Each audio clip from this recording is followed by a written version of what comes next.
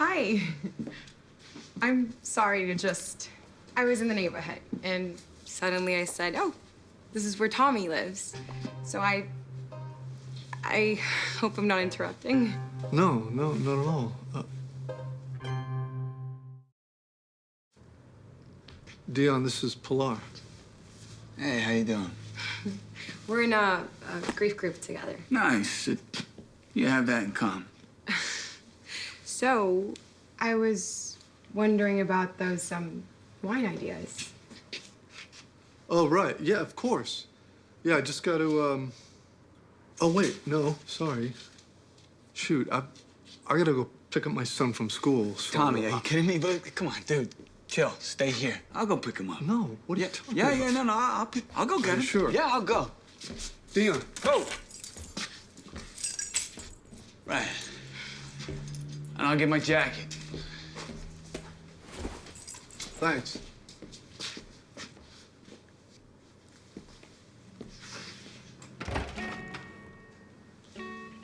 So, you're, renovating?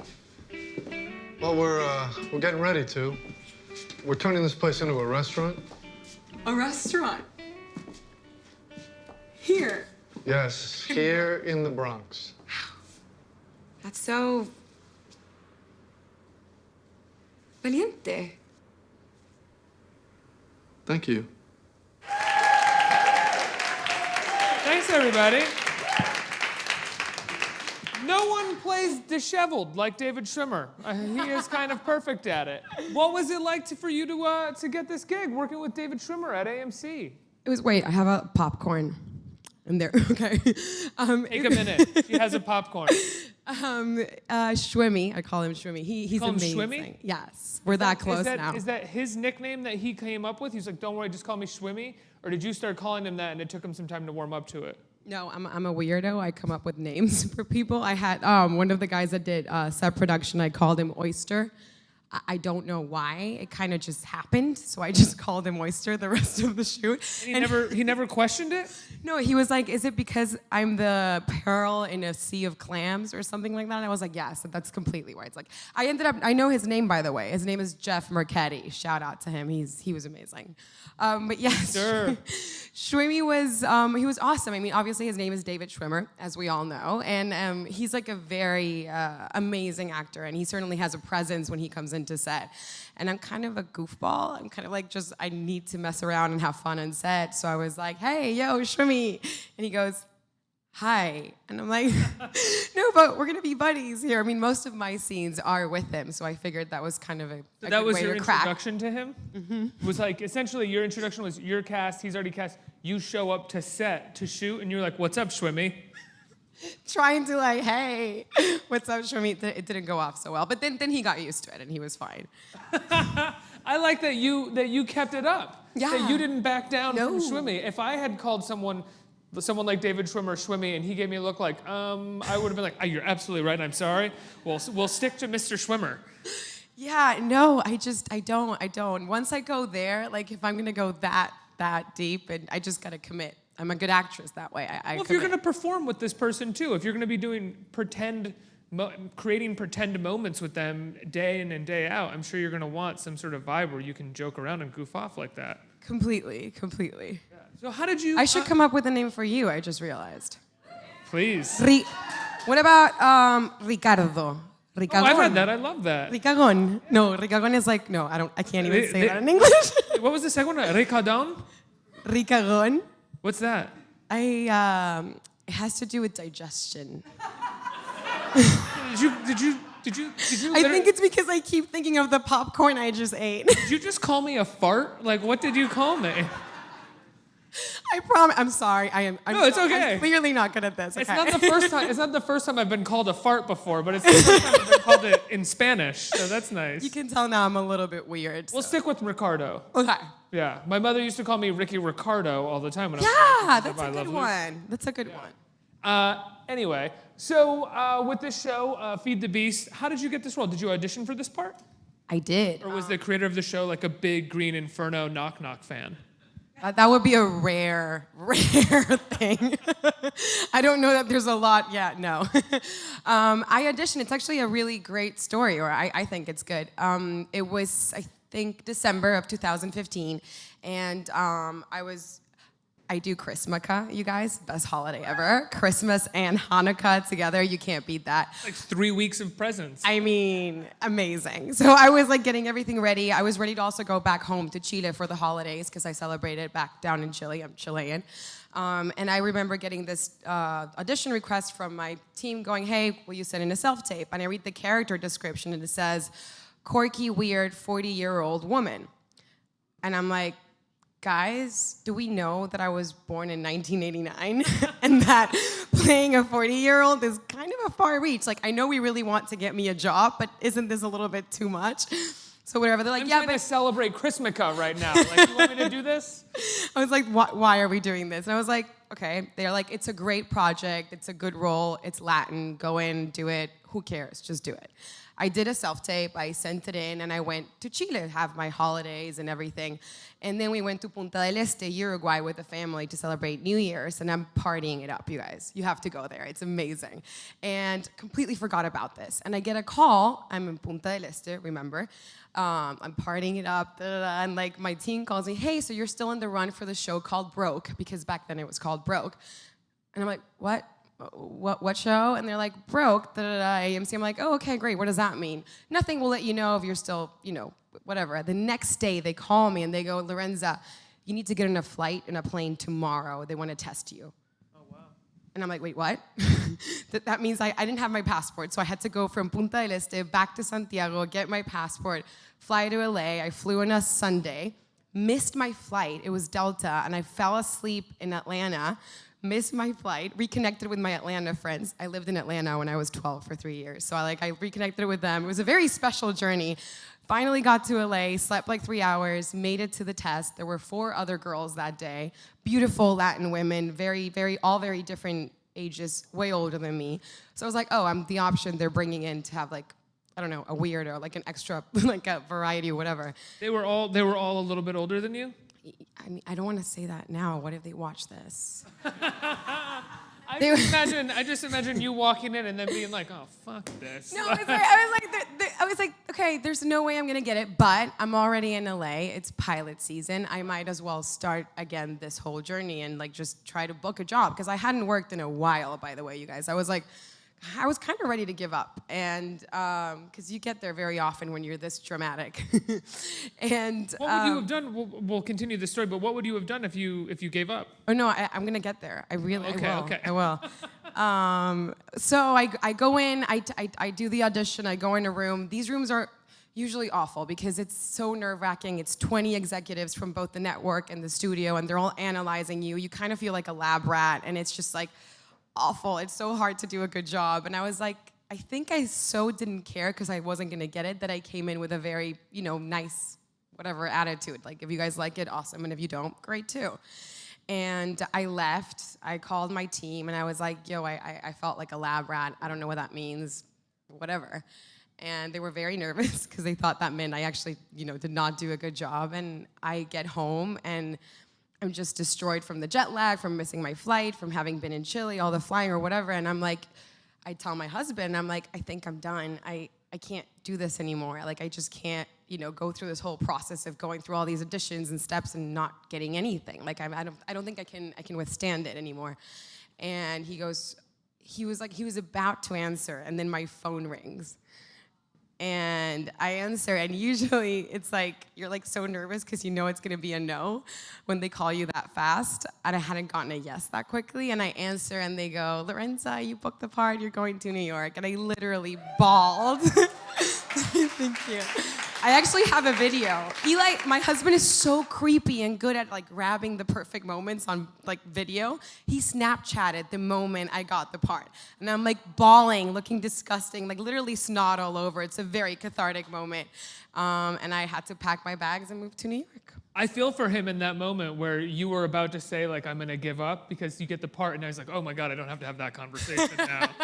We don't- Completely, he got to avoid that. oh, I don't have to be emotional support right now. I can just be excited with her. This is fantastic. By the way, I had no idea what I was gonna do. And that's the problem. I was like, I don't know what I'm gonna do. I'm gonna. You would have it would have been like, I just don't want to go through the rigmarole of auditioning and not getting parts anymore. I will figure something. I'll go to law school. Right. That would be great, actually. I'd make a great lawyer. Make an amazing lawyer. Yeah.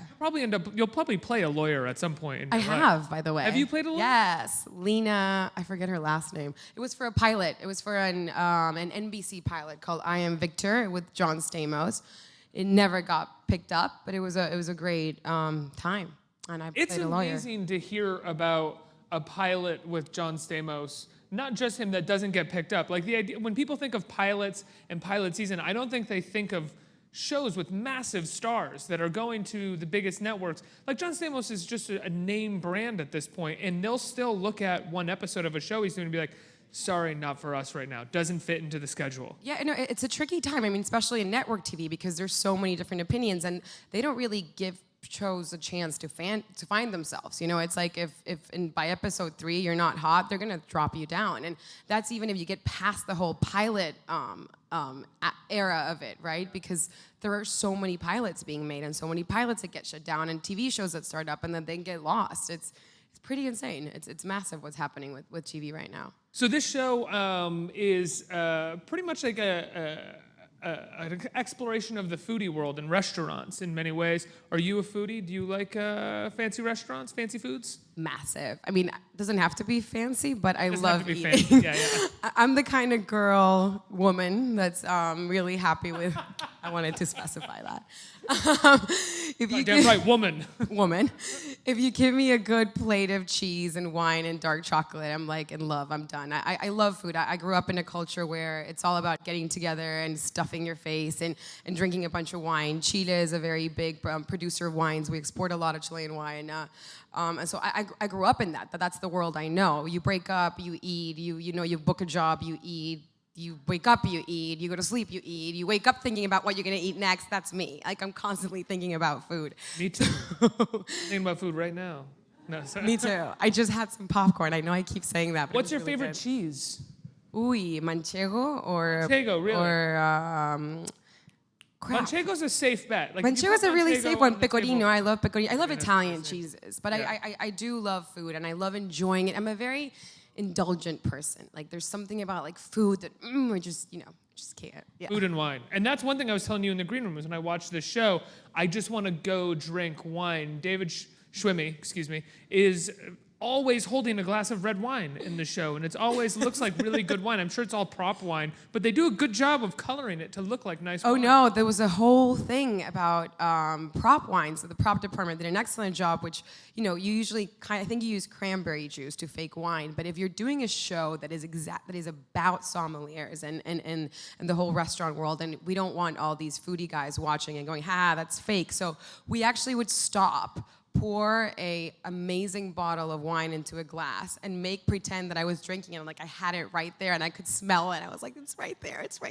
And then they would take it away and bring the cranberry juice for when I had to sip it. So there was a lot of that. There were like a lot of amazing bottles of wine being poured and we had a sommelier on set. So it's definitely hard in that There was sense. like a scene that I was watching where he pours a glass of wine and says, "This is a 2001 Grand Rioja," and I was like, "Are you fucking? Come on! Like, I want that right now." I know. Your background, you were a model and then an actress, and you've been in your husband's films, a lot of horror films outside of just his films. You've been in a few other horror films, right? Was there a part of you that, getting this was also kind of a blessing? Were you trying to break out of being what could be perceived as a kind of scream queen? I mean, look, I'll take any title that has queen in it. I mean, I have no problem doing that. Queen, yes. But there's definitely a certain thing about being too categorized in this industry, which of course happens. And I didn't want to fit just one box. I actually don't think I'm a box. I think it's like a cloud of like different ideas. It's a really cool painting, actually. So Are you saying no to horror parts? yeah, A fair amount yeah, of time? yeah. I mean, I finally had reached, not finally, but I reached this awesome moment where I got offers. And I was like, whoa, there's an offer for me? Someone just wants to offer me a part? And it's like, And you open it up and it's like, oh, I'm getting killed. I'm running and screaming. Was it kind of like that? yeah, it was kind of like that. So I was like, well, crap, I can't, this is not the road I want to take right now. I personally can't watch horror movies. I cannot. No, cannot. I despise them. I hate them. I get really scared. In fact, I want to, like, even when I'm watching MTV and I'm watching Teen Mom or Catfish, which are amazing shows, then the little promos come out for horror movies, and it's 10 p.m. and I'm alone in my apartment, and that comes up, and I'm like, don't, and I have to cover my I hate eyes. to ask, do you watch movies with your husband? Because he's No. a film buff. He loves horror movies. He watches those alone. So he's like, I'm going to go watch Cannibal Holocaust again in the other room, and you sit somewhere and you don't go? And I watch the Kardashians. I can't. I can't. I mean, I'm really all about being covered in blood and running. There's so much fun to film. They really are. And I think I finally understood horror, and I respect that genre so much. It has a capacity to travel anywhere, culturally speaking, because I think we're all scared of the same things at the end of the day. And it's a ride, it's a rush, it's an adrenaline, and you can feel scared in a safe environment. And I think that's very necessary for human beings who were terrified constantly, and we're not allowed to feel it in the real world. So I really got that. I'd rather get scared in a roller coaster than watching a horror movie. I have to dwell on this just for a second, though. Was that ever a bump in your guys' relationship when he realized that you just weren't going to watch a lot of John Carpenter movies with him, or like a lot of horror movies? No, fortunately not. I think he realized it's like, I got her, so if she doesn't want to watch horror movies, I'm good with that. I mean, I don't know what to tell you there. Okay, let's open it up to the audience for questions. Who has a question? Right over here. Hi. Hi, hola Lorenza. I'm Natalia from Argentina too. Ay, so- linda, hola. We actually hate each other a little bit, don't we? A little bit, yeah. Yeah. It's soccer, It's a weird football. thing. Yeah, it's not about us. It's fine. And Argentina is an amazing country, though. I Same with love Chile. going there, shopping, food. Oof, yeah. meat, wine, same Yes, things. We yes. are the same. Yes. So about that, about the boxes that you were talking about, being Latin, being Hispanic, was your character Hispanic from the beginning, or did she become Hispanic when they cast you? And how much of a box are you in with that character? Perfect. Great question, by the way. Thank you. Yeah, I wanted to talk about more important stuff, but whatever, it's okay. It's interesting. The character was always Latin. The writers made an excellent job of portraying a human being. You know, there's a lot of talk about stereotypes and minorities today in the industry, which I think is wonderful. I think it's great to have these conversations, but just to not go too far. I think we live in a world, I mean, in our industries, it's about telling stories, right? And hopefully creating reactions for hopefully the good. That's where I come from. And when I read this pilot, I was so shocked that it was just a girl trying to fall in love with a boy who doesn't really quite go about it with the best moral cues, and I love that. I love that it wasn't about her being a Latina. It wasn't about that. It was just about a girl and her story, and that's what I think I lean towards when I read a script. It doesn't matter where the character comes from, as long as the story is gripping and catching, and it's something I want to tell. That because I mainly do this because of what I want to see. When I watch a movie and when I watch a TV show, I'm like, oh my God, I've been there, I've done that. I mean, I haven't killed that person, but I felt that way. You know what I mean? So it's like, I think I'm always drawn to that. And I really think Clyde Phillips, the showrunner of the show, and David Babcock, Liz Segal, the writers made quite the effort and a tremendous effort, really, when I was with them, of asking me how I felt about it, and how, when would I say Spanish, when would I wouldn't speak in Spanish, how, what are the cultural cues, and that's where I had, a little bit of trickiness, because, you can't put us all in the same box. I mean, Latins are so many different colors and worlds and cultural. I mean, we're so different from one country to another, and there's Latin America and South America and Caribbean America, I like to call Weird it. question sometimes that people ask, like, what's it like to be Latina And it's or like, Latin? And it's like, what's it like to be Lorenza? Yeah. We can talk about that. But yes, to answer your question, she was always Latin. I think she was actually Salvatorian at the beginning, from El Salvador, and then they changed her to Cuban.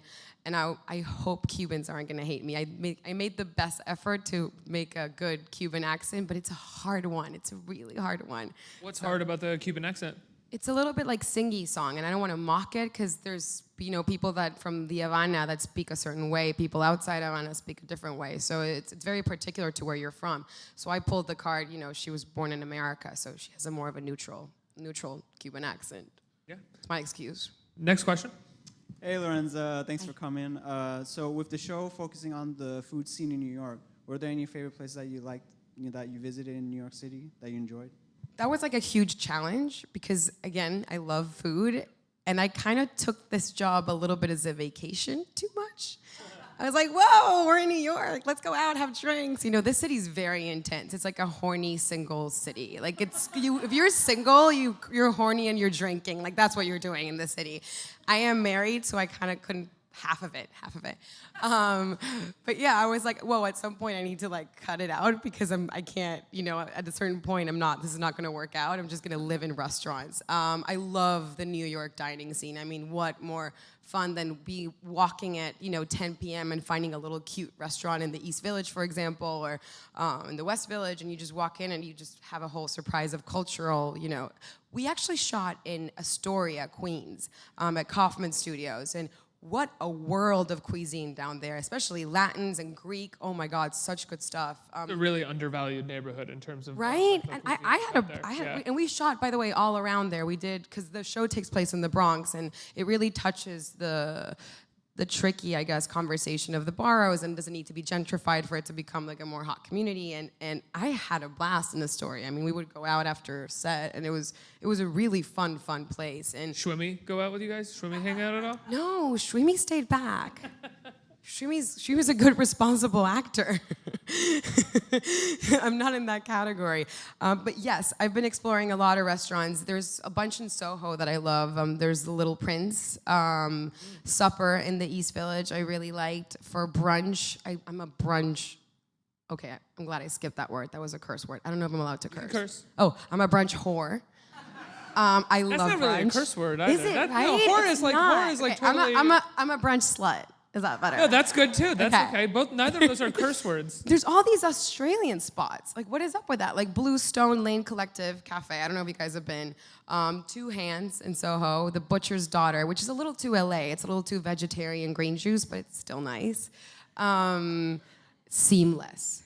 Wow. Can we discuss how Seamless saved my life? I would come home like after work exhausted and like literally 2 a.m. order like a bunch of different food and just stuff my face and then fall asleep. It was kind of perfect. We have a really great relationship going, me and Seamless. You and Seamless? Yeah. Close. Yeah. Next question. Hey, so you're 27 and you said you're starting to... Whoa, 26, girl. 26. 26. Oh, I'm sorry. It's okay. But not 40. No. When you started being offered parts for women much older than you are and look, how did you deal with that?